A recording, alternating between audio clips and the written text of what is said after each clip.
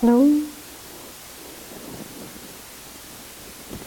I thought I'd talk about the retreat from afar today.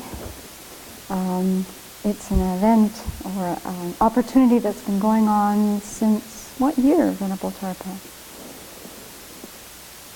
A number of years. We've been offering the retreat from afar.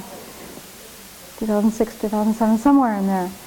So if you're on our mailing list, you would have gotten an announcement on October 18th describing the winter retreats that are going on here and also the retreat from afar. And if this is new for you, I thought I would just explain a little bit about it by explaining, first of all, how you can find the information to do a retreat from afar on our website, and then just giving you a few other things that maybe will encourage you to do this. So if you go to our website, SravastiAbbey.org, what you'll want to look for on the home page is the button that says Dharma Programs. And there you'll want to scroll down to the phrase Practice from Afar. And so this is probably where you'll get lost. It doesn't say Retreat from Afar, it says Practice from Afar. So it's the same thing. That little tab is just out of date, and we'll hopefully get that updated very soon. Once you're on that page, everything that you need to know about how to do the retreat from afar is there. This year it is the Manjushri practice. You don't have to have an initiation to do the practice. You can do it if you've had it, you can do it if you haven't had it. You can do this for 1 month, from January 13th to February 9th, or you can do it for all 3 months. So we start again on January 13th, and it goes till April 13th. The only thing as far as a commitment goes with this is that you commit to doing 1 session per day. So you do the whole sadhana in 1 session. And that's really it. If you want to do more sessions, you can do that. But it's 1 session per day. Then once you're on this page, Retreat from Afar, you can click on, it's underneath a section where there's a whole bunch of pictures, which I'll talk about in a minute. And there's a little section that says, Retreatants from Afar can study past teachings on the Manjushri practice found on tubtenchildren.org. So you just click on that link, and this takes you to the tubtenchildren.org website, where up comes everything that you need to know about the Manjushri practice. So here you'll see a photo of Manjushri. There's the sadhana and the commentary by Venerable Children. There's an introduction to the practice. There's an explanation for those who have received the Manjushri initiation. And then there's all kinds of things, like a guided meditation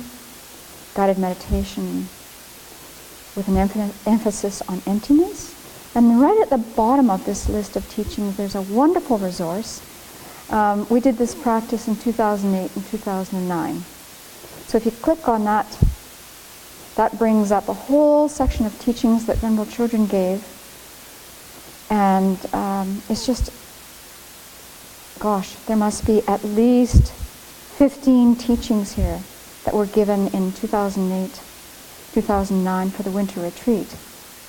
So there's an endless number of resources for you to do this retreat. It's really a fantastic opportunity. And just by going through the teachings that are already on the website, you'll have more than enough information to get going or to keep you going through the retreat. A number of people write in every year talking about the benefits of doing the retreat from afar. So I thought I'd share some of those. So this was written by someone who took part last year.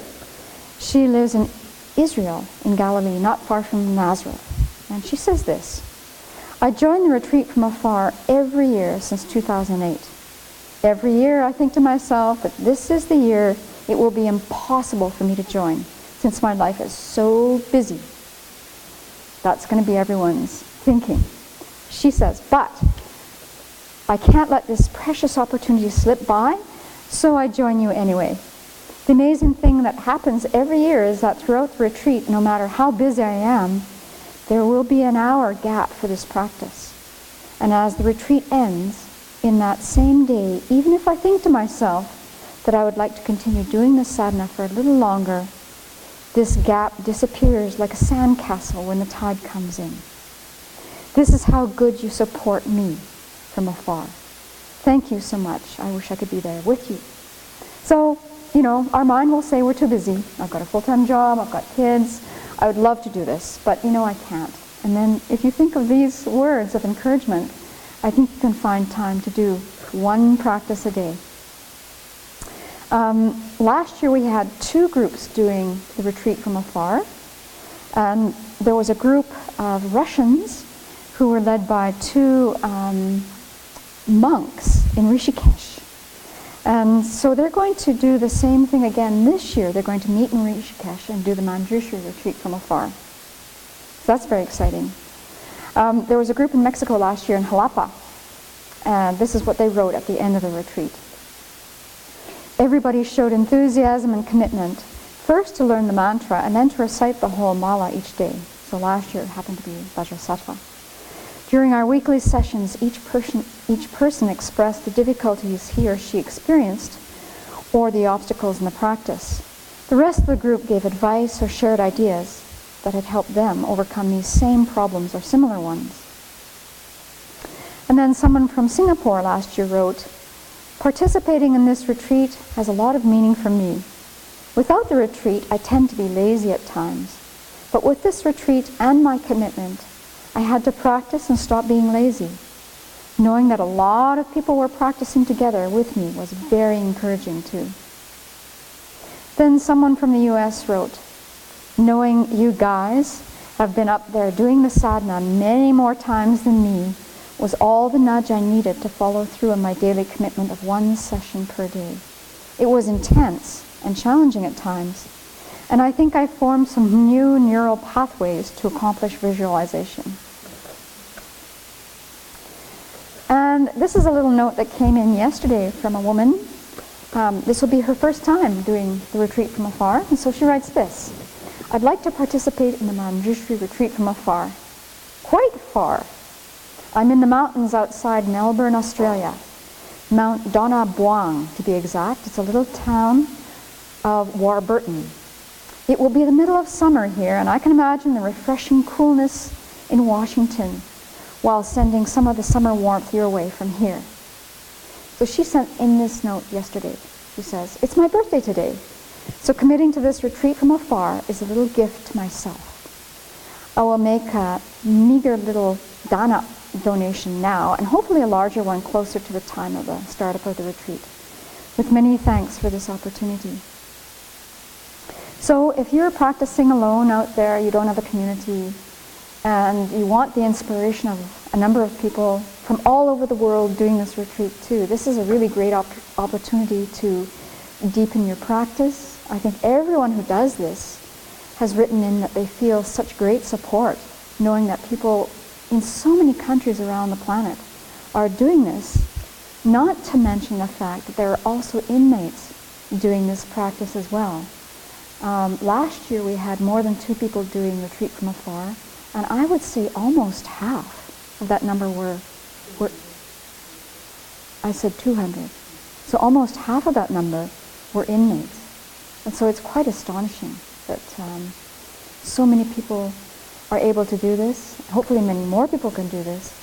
And may this be an opportunity for you to deepen your practice as well. So again, write into office.sravasti@gmail.com.